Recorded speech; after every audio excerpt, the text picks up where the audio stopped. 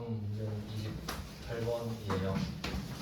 방금 어음 할인을 했는데 이것도 이제 주제를 정리하면서 쭉 보겠습니다.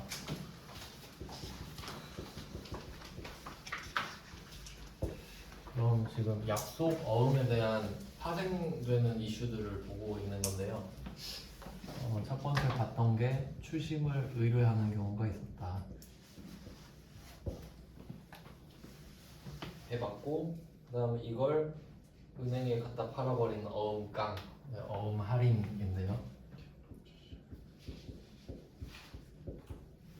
근데 실제로는 팩토링이라는 말을 쓴다고 하더라고요. 근데 뭐 상관은 없고요. 우리는 그런 말 볼 일 없습니다. 그럼 두 가지를 바로 본 거네요.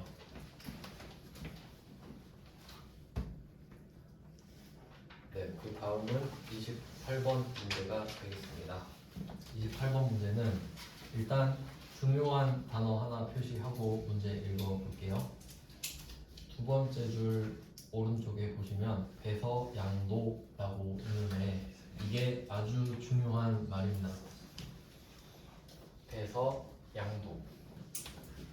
시험에 내기도 좋고요. 실제로도 아주 중요한 주제이네요. 결제 수단인데 그럼 뜻부터 알려드리겠습니다. 배서양도. 그러면 배자 있잖아요. 배는 뒤라는 뜻이에요. 뭐 배경화면 이런 거 할 때 수영 뒤로 하는 거 뭐죠? 배영 뭐 그런 거예요. 뒤. 그러면 서는 서명. 등짝에다 서명을 해요. 누구 등짝에? 어음 등짝에. 그럼 이건 상징적으로 주인이 바뀐다 이런 걸 뜻하는 거예요. 그러니까 진짜 서명을 하지 않더라도 그냥 누구 줬다 이런 느낌인 거죠. 그 양도라는 말도 있잖아요. 양도는 이제 좀 권리까지 포함해서 주는 개념인데 그래서 신용카드 같은 거 보면은 뒤에 써 있어요. 양도하지 말라고. 인도는 아니거든요. 그냥 뭐 그렇구나 넘기는 거라고 생각하시면 되겠어요. 그러면 반대의 개념도 생각해 볼까요? 내가 만약에 뭔지는 모르겠는데 배서 양도를 한다고 해볼게요. 그럼 상대방은 배서 양수가 돼요. 뭐 뭔지 몰라도 그러겠죠. 양수도 들어보셨죠? 내가 양도하면 저 사람은 양수하는 거예요. 제가 양도하면 난 양수하는 거고. 그러면 자연스럽게 배서 양수라는 것도 있겠구나까지 한 큐에 끝내면 돼요. 자, 그럼 어떤 느낌인가 그림으로 좀 먼저 보여드리겠습니다. 그러면 세 번째 이슈 바로 적어놓고 시작을 할게요. 어음을 받았는데 배서 양도를 할 수 있더라. 반대는 배서 양수가 있더라.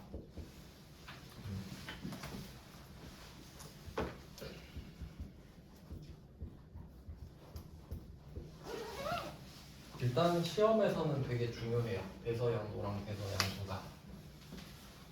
그럼 세 개 갖고 이제 설명해 드릴게요.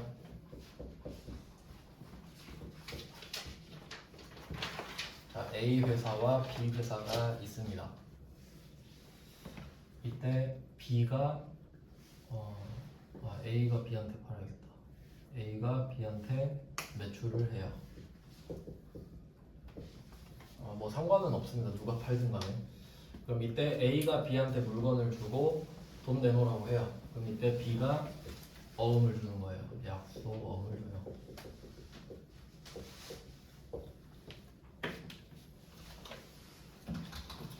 네, 일단 이렇게 해서 A는 어음을 받아냈어요. 그럼 이때 이 어음에는 B라고 써있겠네요. 그럼 A는 이걸 갖고 있다가 B한테 가서 돈을 받을 생각을 하는 겁니다. 이런 상태로 좀 일단락됐고 그 다음에 이제 C가 등장해요. 그럼 이때 C가 나오고 A랑 C랑 거래를 해볼 겁니다. 이때 이제는 C가 A한테 매출을 할게요.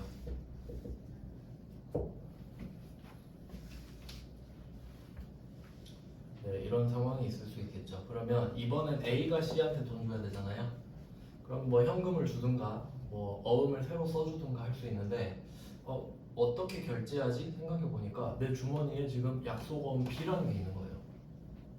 그렇죠? 지금 받아놓은 게 있잖아요. 그럼 이거 짬처리나 해볼까? 요걸 이렇게 한번 줘볼까 하는 거예요. 가능하죠? 자, 그럼 이 상황이 A가 배서 양보를 한 겁니다. A가 배서 양보를 하였다.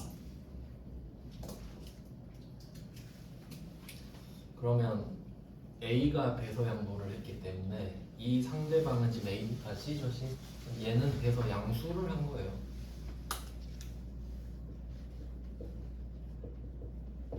이렇게 정리가 되겠네요. 그럼 그리고 이제 상황을 정리해 보면 A가 C한테 약속은 B라고 써진 걸 줬잖아요. 그러면 C는 이걸 받아들고 이 약속은 B라고 써진 거에 만기일 있죠? 그때 은행 가서 그냥 돈 받으면 됩니다. 그럼 C는 A한테 받든 B한테 받든 상관없죠. 그러니까 이게 가능한 거예요. 누구한테 받든 상관없으니까 도도만 안 하면 되지. 그래서 이런 걸 배서 양도라고 합니다. 줘버리는 거죠. 그러니까 이게 할인보다 더 깔끔하죠. 이건 수수료도 안 떼이잖아요. 그냥 현금처럼 써버리는 거예요. 액수 보고 그냥 현금처럼 쓰는 겁니다. 네, 뭐 이런 이슈가 있고요. 그럼 이제 이걸 붕괴로 한번 해보자 이거죠. 이제 사는 게 나오는데 사는 건 이제 파는 거에 반대이지만 조금 차이가 있긴 해요. 나왔으니까 일단 보겠습니다.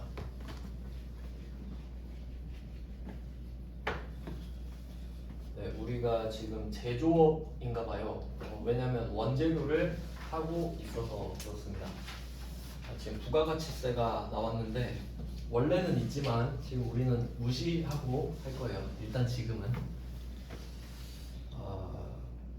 원래는 그래도 정답대로 해보면 자 지금 금액 보시면 143만 원 써있죠. 부가가치세 포함 이렇게 돼 있죠. 부가가치세는 물건값의 10%거든요.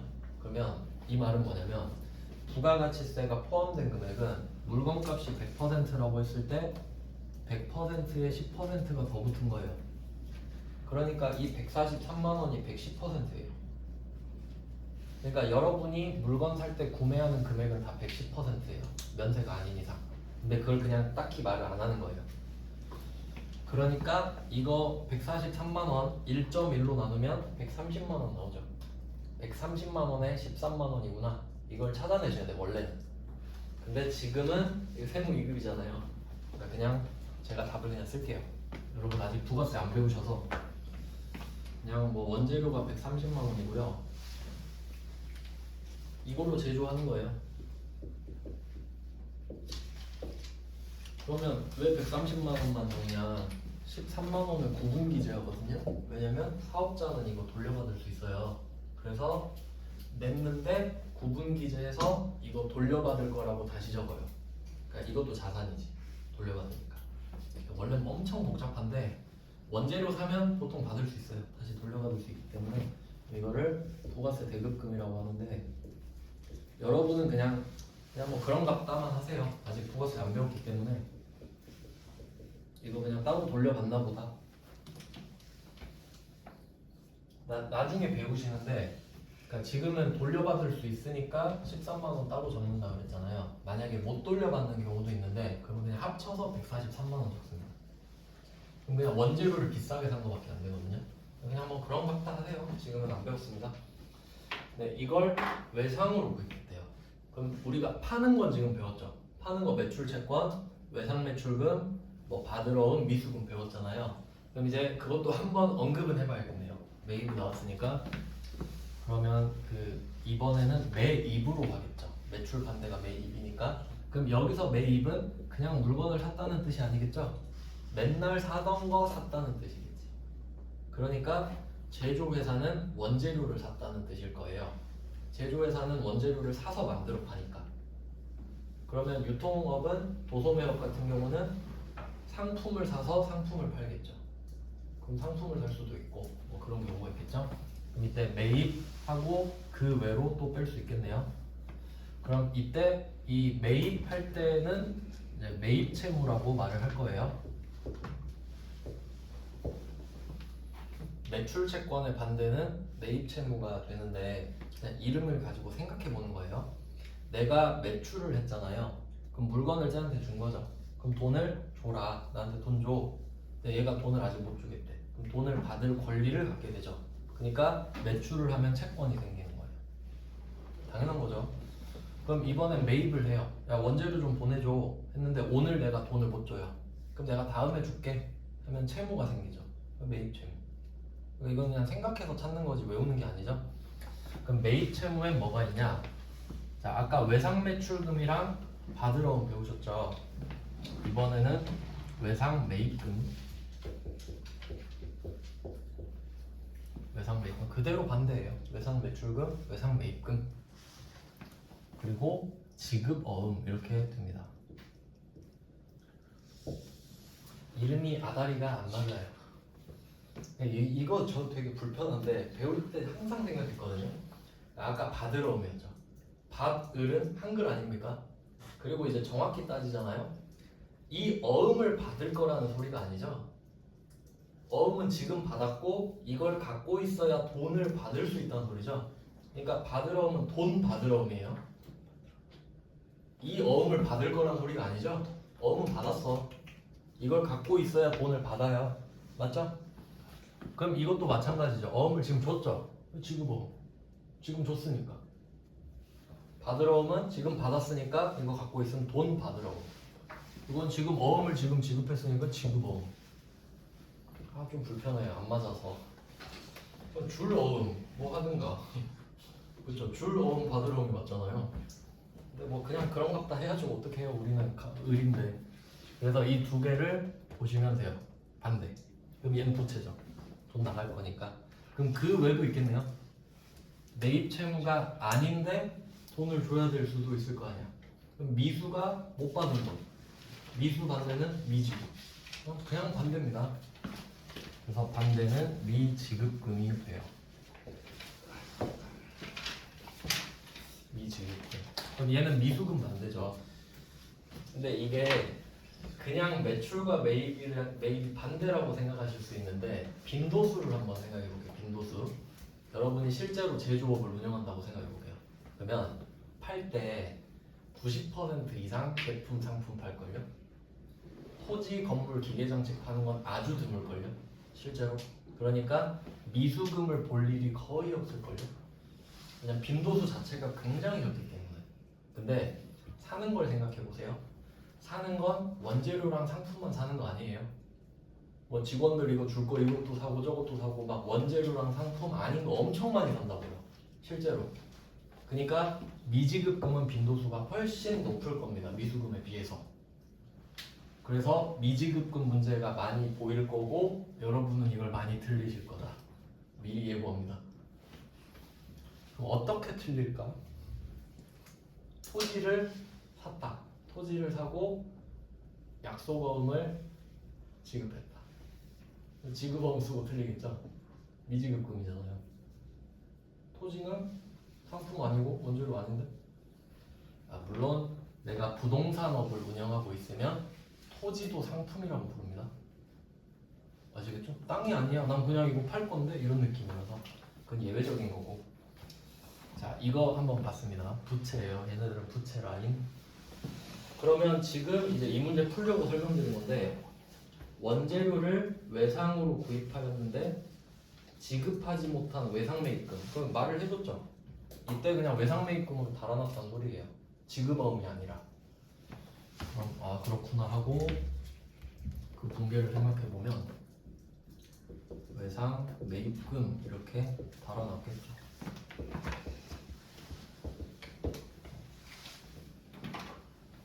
부채고요.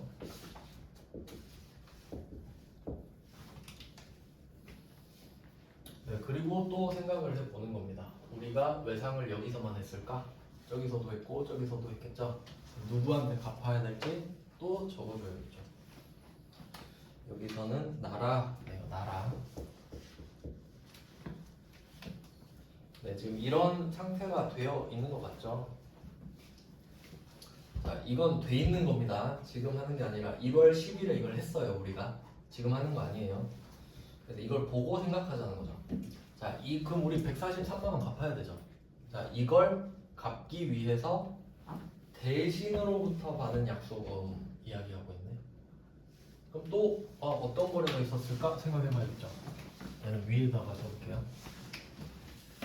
그러니까 이 말은 1월 10일에는 이런 거래가 있었고 그 또 다른 날짜에 대신한테 물건 판 적이 있었던 거 같죠. 그럼 제품 매출 100만 원. 부가세 원래 여기도 부가세 따로 하는데 그냥 없다고 할게요. 말 안 하니까. 네, 제품 매출하고 받으러음 이렇게 썼던 적이 있는 겁니다. 이런 회계 처리가 있었다. 자산과 수익입니다. 네, 이렇게 하고 그럼 이때 물건을 팔 때 역시 외상을 이쪽만 준 게 아닐 거기 때문에 이 어음을 누구한테 받을지 써줬겠죠. 대신이라고 썼을 겁니다. 받으러음에다가. 그럼 우리는 이 회계 처리가 두 개 있다는 걸 파악하고 있어야 됩니다. 아, 이 두 개는 이미 일어났구나. 그리고 이 나라에 대한 외상매입금을 갚기 위해서 이거를 줬대요. 그럼 둘이 퉁치면 돼요. 크로스로. 근데 여러분 이걸 안 해놓으면 가상으로 막 보이기가 힘들겠죠. 그래서 제가 써놓은 거예요. 나중에 익숙해지면 이게 가상으로 보여야 된다는 거지. 아니면 실제로는 장부 조회를 해서 보시는 겁니다. 입력이 되어 있을 테니까. 그럼 퉁쳐볼게요. 받으러움 사라집니다. 주니까.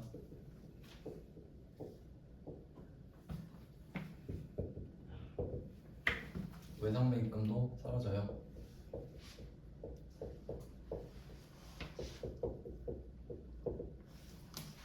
자, 근데 각각 거래처가 붙어있죠.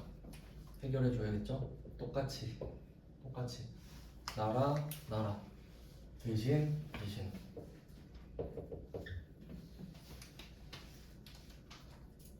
그 외상매입금은 부채의 감소. 이 부채가 사라지면서 내 자산도 같이 나가죠. 부채를 갚은 거예요. 받으러움이라는 자산도 사라지죠.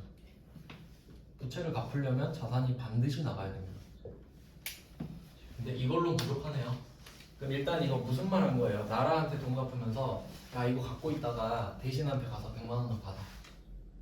내가 못 주겠으니까 이거 갖고 있다 받아. 이 말 한 거죠? 그럼 얘는 상관없죠. 그럼 이때 얘는 이 말을 하겠죠. 43만 원이나 더 내놔. 이 말 하겠죠. 그래서 그 43만 원을 보통기금에서 줬다. 금액은 찾을 필요 없죠. 보통예금만 쓰시면 되겠습니다. 자산의 감소.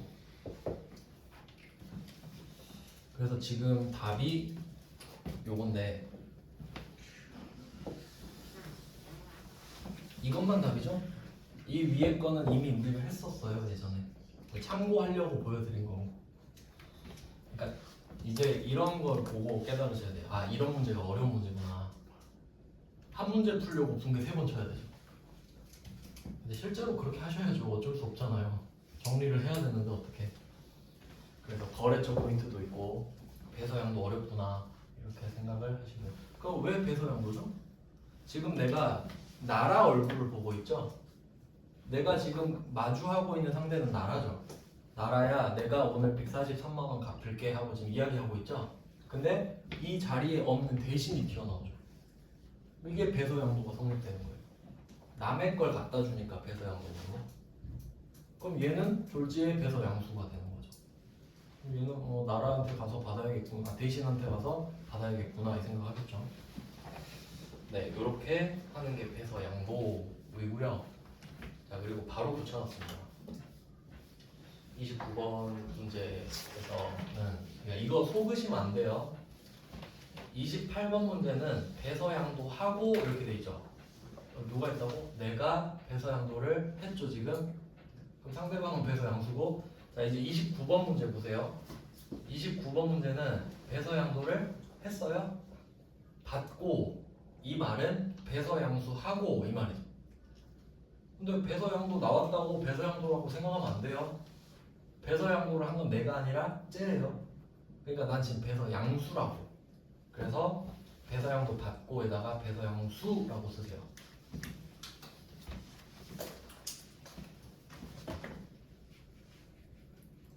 네, 당연히 이걸 구분 못하면 문제를 못 풉니다.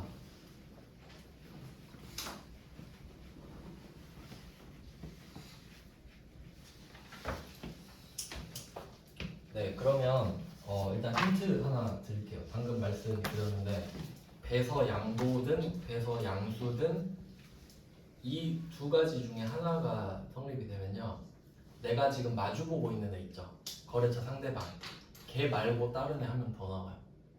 반드시. 그렇겠잖아요. 주인 없는 애가, 그러니까 여기 없는 애가 한 명 나와야 될 거 아니에요. 어음 주인. 네, 그 정도가 조금 힌트가 될 것 같습니다. 그럼 풀어볼게요. 29번에 동아전자에 대한 외상매출금 1,500. 이걸 보면서 붕괴가 떠오르면 좋겠네요. 이거 보면서 바로 머릿속에 제품 매출 1,500.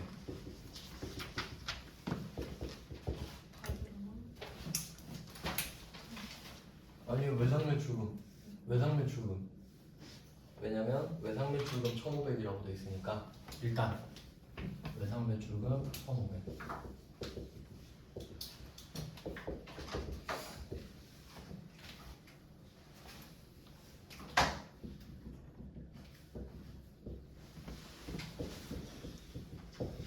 이런 회계 처리를 했었겠죠.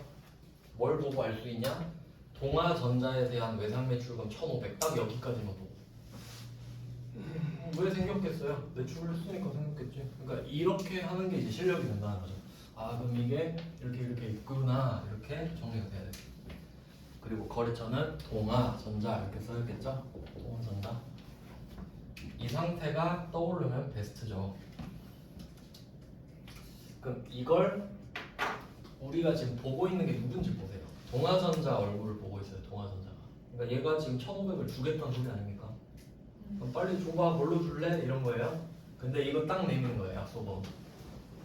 자, 이거 일단 갖고 가. 자, 그럼 이제 생각해 볼게요. 우리 약속어음 받은 거죠, 지금? 네. 왜 받았죠? 매출해서 받은 거잖아요, 결과적으로. 네. 외상 매출금 때문에 받았어 이러면 안 돼요. 뿌리를 찾아가야 돼요. 외상 매출금도 제품 매출 때문에 나온 거잖아요. 그러니까 얘는 근본이 제품 매출인 거예요. 얘 때문에 어음 받고 있는 거라고 지금. 그러니까 계정 과목은 받을 어음. 제품 매출 때문에 받은 거니까. 맞죠?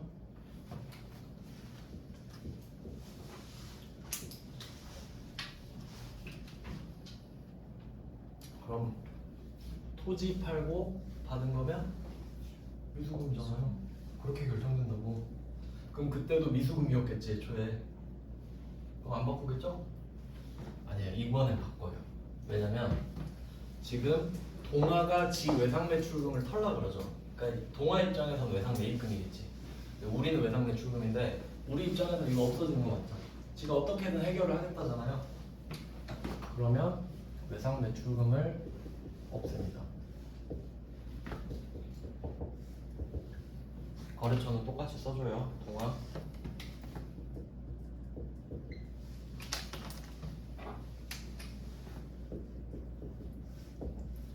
자, 그럼 동아 외상 매출금을 없애주면서 빨리 갖고 와봐 하니까 얘가 어음을 딱 내밀더라 이거예요. 그러면 정상적인 거래라면 이 어음에 뭐라고 써 있어야겠어요? 동아라고 써 있어야겠죠.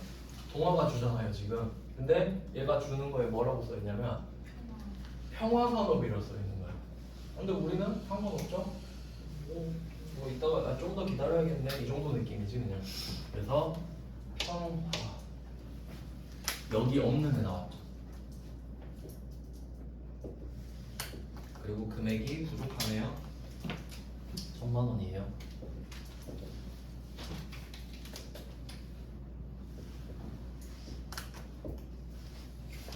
자산으로 바뀌었습니다. 외상매출금이라는 자산이 받으러옴이라는 자산으로 바뀌었어요. 그리고 저번에 배웠던 거 나오네요. 나머지 금액은 강좌수를 받았다. 이거 우리 배웠죠? 그러면 이 앞에 실제로 제가 흑백으로 뽑아서 안 보이는데 동전 발행이 색깔 다르게 돼 있는 거 보이세요? 실제로 이게 빨간색이었어요. 아무 의미 없거든요. 뭐 어떤 뭘 강조하고 싶었는지 모르겠는데 동전 발행? 그냥 이거 아무 해석 안 하시면 돼요. 아무 의미가 없어요. 뭐 어떻게 해석을 해야 될지 모르겠네. 아무 뜻이 없는데 빨갛게 해놨더라고요. 낚시하고 싶었던 거예요. 그럼 우리가 중요하게 봐야 될 거는 당좌 수표를 받았다거든요. 현금이죠? 수표 받으면 무슨 생각이에요? 현금 바꿔야겠다. 그러면 현금 받는 거죠. 현금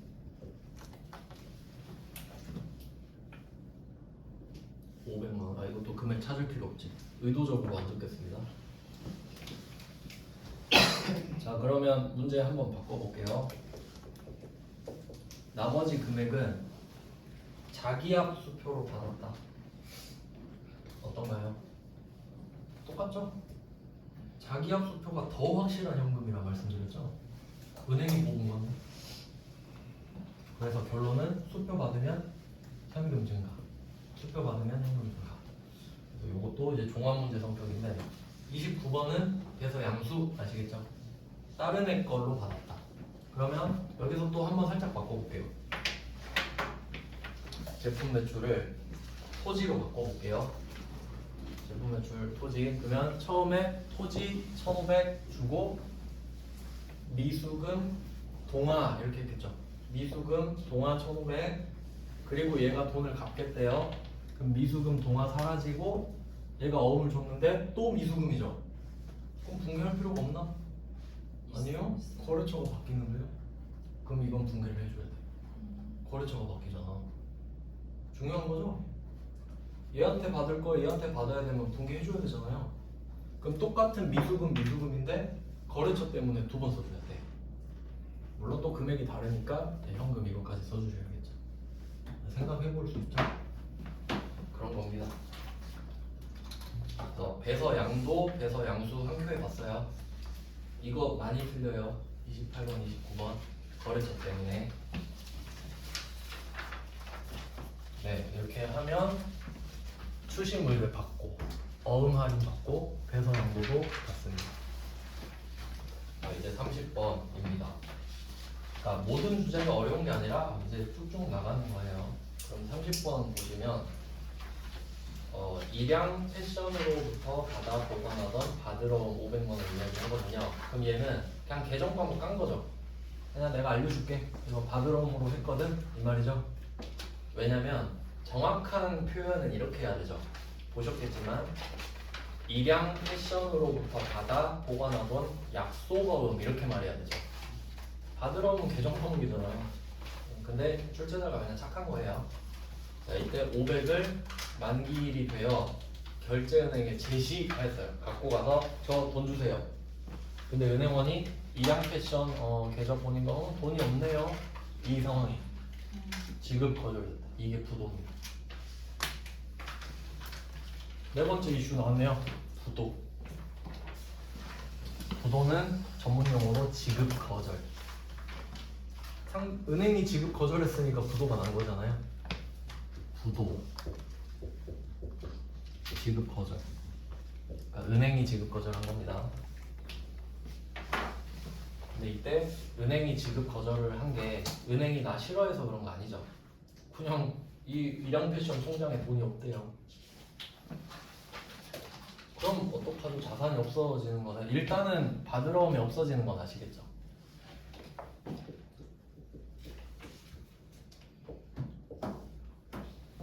받으러 오면 날라갔습니다.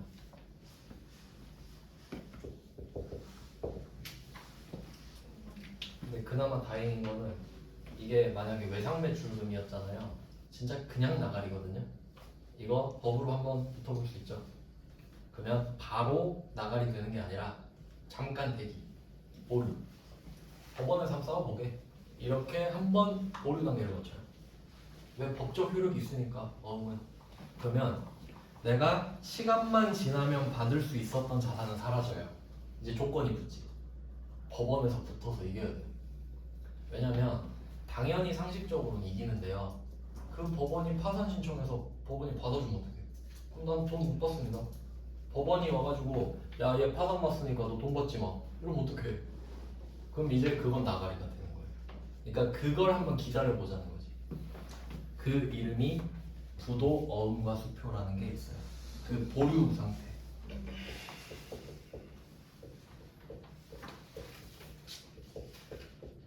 부도 어음과 수표. 약간 연옥 같은 느낌인가? 그 죽으면 지옥이랑 천국 그 사이에 연옥이란 게 있다고 하는데 약간 그런 느낌이야. 이길지 질지 몰라요 지금. 그러면 성격 뭐일 것 같아? 뭐 하려고 하는 거 아니었어요? 아 그러면 여기에서도 이랑 표시는 너무 좁아가지고. 네 맞아요. 이기면 이랑한테 돈 뜯어야 될 거 아닙니까? 소송 이기면. 그러면 일단 자산이 감소하는 건 알았어요. 그리고 이 바드러움은 일양 거라는 거를 확인을 했죠. 근데 얘는 소송을 거쳐서 이겨야만 받을 수 있는 자산으로, 그러니까 급이 낮아진 거죠. 그레이드를 낮춘 거예요. 그래도 이기면 누구한테 받아요? 일양한테 받잖아. 소송 비용까지 다 받아야지 원래. 원래 이 법원 가가지고 막 이런 거 할 때 수수료 같은 거 들잖아요. 그 수수료도 부도 어음과 수표로 다 달아놔요. 그렇겠지. 이기면 다 받아내려고. 그래서 그런 건 나오진 않는데, 자, 얘 성격 자산이에요. 근데 급은 좀 낮아졌어. 자산이긴 하죠. 이길 수도 있으니까. 그래서 붕괴는 안 어려워요. 부도 나오면 되게 쉽죠. 그냥 똑같잖아요. 차변 대변 거래처 똑같아. 금액 똑같아. 어음. 그래서 뭐 쉬운 주제예요. 근데 왜 이 문제를 넣어놨냐면요. 사람들이 부도라고 하면 아는데 지급거절이라고 하면 모르거든요. 그래서 그냥 넣어놨어요. 얼마나 치밀하게 했는지 한번 볼까요? 다음 문제도 31번 문제입니다. 당사는 1월 10일에 매출처인 주부도 이름부터 딱 느낌 바로 외상을 안 줬어야지. 딱 이름 보고. 근데 줘버렸죠. 외상 매출금 5천에 대해서 어음을 받아 소지하고 있었다. 그럼 머릿속에 붕괴 팽팽 돌아가야 돼요. 처음에 제품 매출, 외상 매출금 5천을 찍었다가 이걸 어음으로 다시 바꿔서 외상 매출금 없애고 바드러움까지 돼 있는 상태야 지금. 이게 두 개가 확확 돌아가야 돼. 아, 그 두 개가 돼 있었구나. 아니면 그냥 이렇게 제품 매출 대변 차변 바드러움 이 정도라서 결과적으로. 그래서 결론은 바드러움이 나한테 5천이 있다 이 말이에요. 어음을 받아 소지하고 있었잖아요. 근데 자금 사정 악화로 금융기관으로부터 최종 부도 처리되었다. 부도 딱 나왔죠. 그럼 이게 지급 거절이랑 똑같은 거거든요. 그러니까 부도는 지급 거절 확인이란 소리예요. 자, 확인이 되었고요. 대손세 이건 아직 안 배웠습니다. 이게 완전 나가리 됐을 때 대손이라 그래요. 네, 우린 아직 나가리는 아니잖아. 어음이니까. 외상 매출금은 바로 나가리예요. 그럼 이거 답 안 적을게요. 바드러움 5천, 부도 어음과 수표 5천. 거래처 똑같이 쓰시면 돼요. 그럼 제가 문제 여러 개 넣은 이유는 그냥 문구 보시라고. 근데 최종 부도 처리가 확인되었다는 건 아예 그냥 부도가 났다는 건데 그러면 그러니까 도 없지 않나요? 그러니까 이제 소송 가라는 거예요. 아, 소송을 가도 못 받지 않나요? 아닌가? 그러니까 그거는 별개예요. 그러니까 부도가 되면 이제 소송 가는 거예요. 그러니까 은행이 너 이제 못 받거든 소송이나 가. 이게 부도예요. 그러니까 지금 일단 내 선에서 못 해줘. 이게 부도거든요. 그럼 그때 이제 소송 가는 거예요. 좀 귀찮아지죠. 그러니까 완전 나가리는 거죠. 근데 이게 외상 매출금이면 그냥 나가리죠. 뭐 어디 가서 이야기할 거야. 철수한테 받을 돈을 뭐 어디 가서 뭘 할 겁니까? 그래서 외상 매출금이면 바로 대손 처리를 하고요. 네, 어음이면 이렇게 한 번 거쳐간다 이거죠. 어음이니까. 그 다음 또 다른 문제를 보겠습니다. 32번. 서울 부품으로부터 매출 대금으로 받은 약속금. 딱 이거 보면서 아, 바드러움이 있구나. 2천만 원. 맞죠? 매출 대금으로 받은 약속금이니까. 2천만 원이 부도가 발생하여 상환 청구를 했대요. 그리고 부도 처리되었으나 회수 가능성이 있어 대손 처리가 안 했다. 이 말이 소송을 한번 걸어볼 수 있다는 소리예요. 그러니까 가능성이 있긴 있는 거 아닙니까? 소송을 걸 수 있다는 사실 자체가. 그러니까 제가 세 문제 넣었잖아요. 30번과 31번과 32번은 그냥 다 똑같은 상황이에요. 그냥 다 똑같아. 그러니까 여러분 이걸 읽어보시면서 아, 세 개가 같은 거구나 이런 느낌을 받으셔야 되지. 결국 똑같은 말인데 디테일만 바꿔서 장난치고 있는 거예요. 결론은 한마디, 부도. 소송 걸어가세요 이 말이지. 그래서 금액이랑 거래처만 바꿔서 적어주시면 돼요. 이런 식으로 제가 구성을 했다는 겁니다. 그러면 약소보험 하면 딱 네 가지가 떠오르면 좋겠죠. 추심 의뢰도 있었고, 어음 할인도 있었고, 배소양도도 있었고, 부도도 있었구나.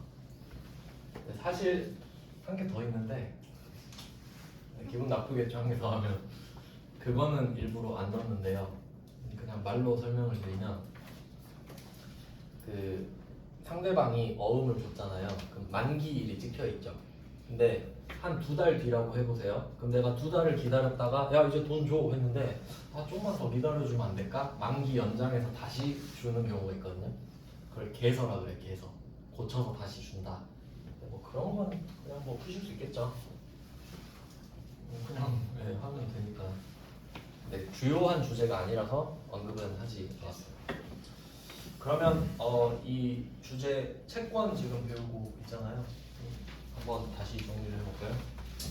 채권에서 우리 뭐 하고 있었나? 채권은 돈을 받을 수 있는 권리.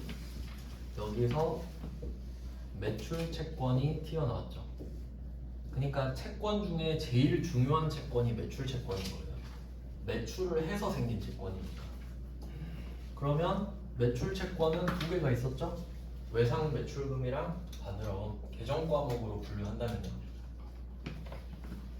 근데 그냥 실제로 말을 한다면 외상 매출금 약속 어음 정도가 되겠지. 근데 우리는 뭐 프로그램에 입력하는 거 기준이니까 외상 매출금 받으러 어음입니다. 이걸 지금 배운 거예요. 외상 매출금 받으러 어음. 근데 실제로 이 외상 매출금은 임시 성격이죠. 그러니까 이 외상 매출금으로 끝내는 경우는 잘 없다 말씀드렸죠. 결국 종착역은 받으러움이 돼야 좋은 거잖아요. 우리 입장에서 주주들이 그래야 좋아할 거 아니야. 그럼 이게 사실은 매출 채권의 주인공이다. 또 이렇게 가는 겁니다. 채권의 주인공은 매출 채권, 매출 채권의 주인공은 받으러움이구나. 그러니까 이 받으러움에 대해서 또 4가지 이슈가 파생된다는 걸 아셔야 되는 거죠. 어음의 특성 때문에 그렇죠. 어음의 특성 때문에. 그래서 이걸 이해하셔야 되는 거예요. 어음이라서 그렇구나. 외상 매출금은 그게 불가능하겠구나. 외상 매출금을 막 남한테 줄 수는 없죠. 그러니까 당연한 건 거예요. 이게 어음의 특징이라고 그렇군. 그 다음에 기타 채권이 있어요. 매출 채권이 아닌 걸 기타 채권이라고 해요. 하나 배웠는데 토지를 팔고 어음을 받았다. 미수금이죠. 받으러 아니죠. 매출이 아니잖아요. 매출이 아니잖아요. 그럼 미수금이 여기 있네. 그래서 대응으로 친다면요, 외상 매출금이랑도 대응하고 받으러 어음이랑도 대응해. 얘는 두 몫을 다 하죠. 어음을 받아도 미수금, 그냥 외상이어도 미수금. 그러니까 조심할 거. 조심. 어음을 받아도 미수금. 토지 팔면 토지 팔고 외상했다. 미수금. 토지 팔고 어음 받았다. 미수금. 나중에 이렇게 될 거예요. 여러분 나중에 이렇게 된다니까. 토지 팔고 어음 받았다. 받을 어음 하고 기분 좋게 틀린다니까요. 틀린지도 모르니까 기분은 좋지. 근데 틀려있지. 주주들한테 엄청 깨지고 사장님한테 깨지고 그렇게 생각하셔야 돼. 한 문제 틀리면 3점이지만 네, 이렇게 정리가 됩니다. 그리고 또 생각해볼까요? 이게 끝일까? 채권인데 여러분이 일상적으로 매출 채권은 잘 없으시죠? 일상적으로. 근데 그런 건 있을 수 있을 것 같은데 대여금. 친구 돈 빌려줄 수 있잖아요. 대여금도 들어올 수 있죠. 기타 채권이죠. 물건 판 거 아니니까. 그래서 여기에 대여금도 올 수 있다까지 하면 채권 완성. 그럼 우리 처음에 대여금으로 예시를 들어드렸는데 내가 돈 빌려줬어요. 근데 이 돈을 내년까지 받아요. 단기 대여금. 내후년 이후로 받아요. 장기 대여금. 그러니까 대여금은 장단기 대여금으로 또 구분해요.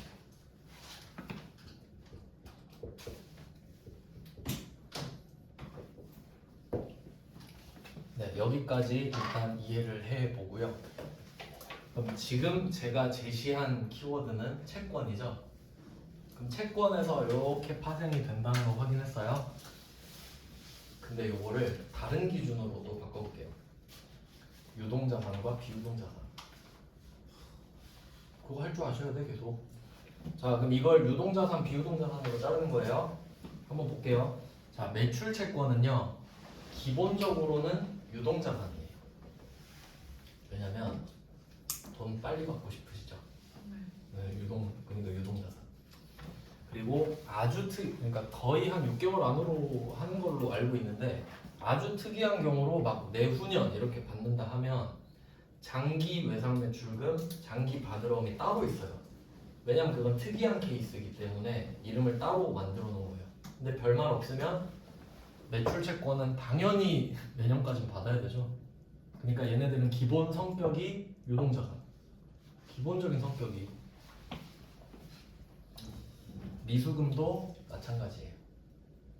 내가 제품 안 팔았다고 해서 돈을 막 내후년에 받아야 되는 건 아니잖아요. 그러니까 성격이 얘네들은 자연스럽게 유동자산이 돼요. 근데 장단기 대여금은 나눠지지. 이제. 단기 대여금은 유동으로 가고 장기 대여금은 비유동으로 가는 거야. 요렇게. 그러니까 기준에 따라 왔다 갔다 하실 수도 있어야 되죠. 뭐 그런 내용이에요. 그런 걸 물어보진 않습니다. 그냥 생각해보면 그렇다 이거죠. 그리고 엄밀히 따지면요 한 개 더 있는데 말씀을 드릴게요. 한 개 더 있는데 선급금이라고 있어요.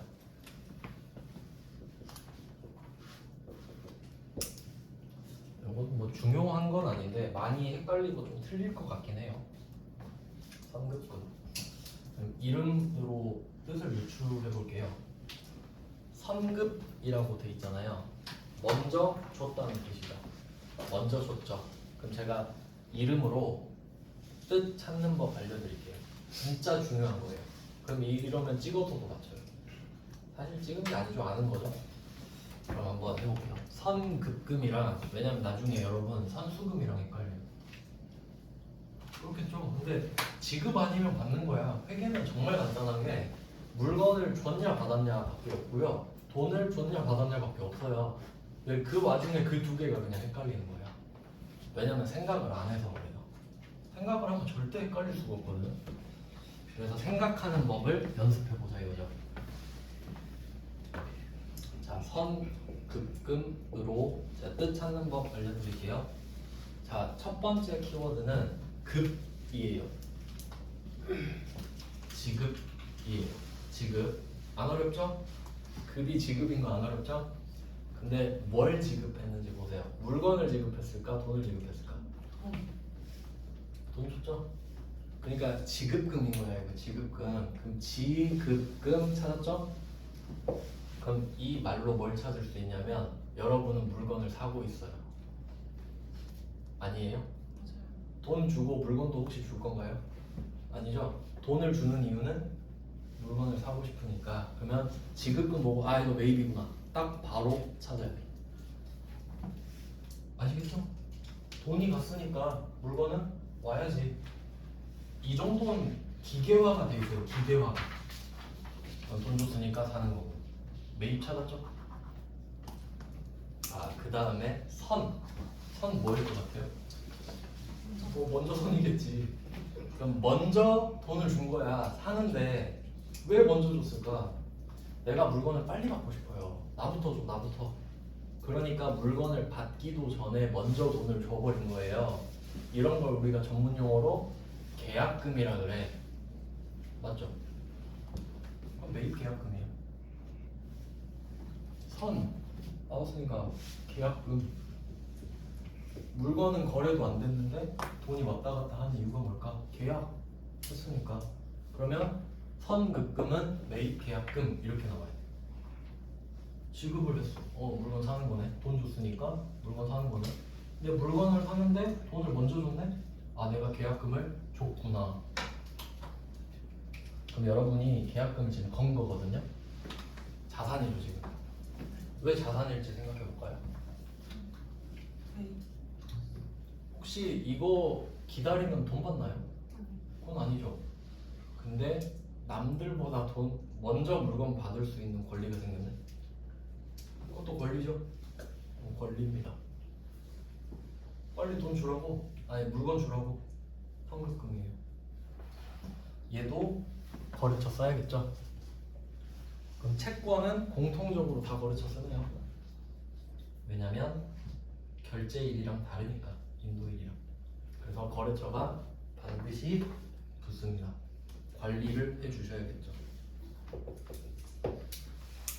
네, 그러면 얘 친구 있으니까 선수금까지 보고 좀 쉬겠습니다.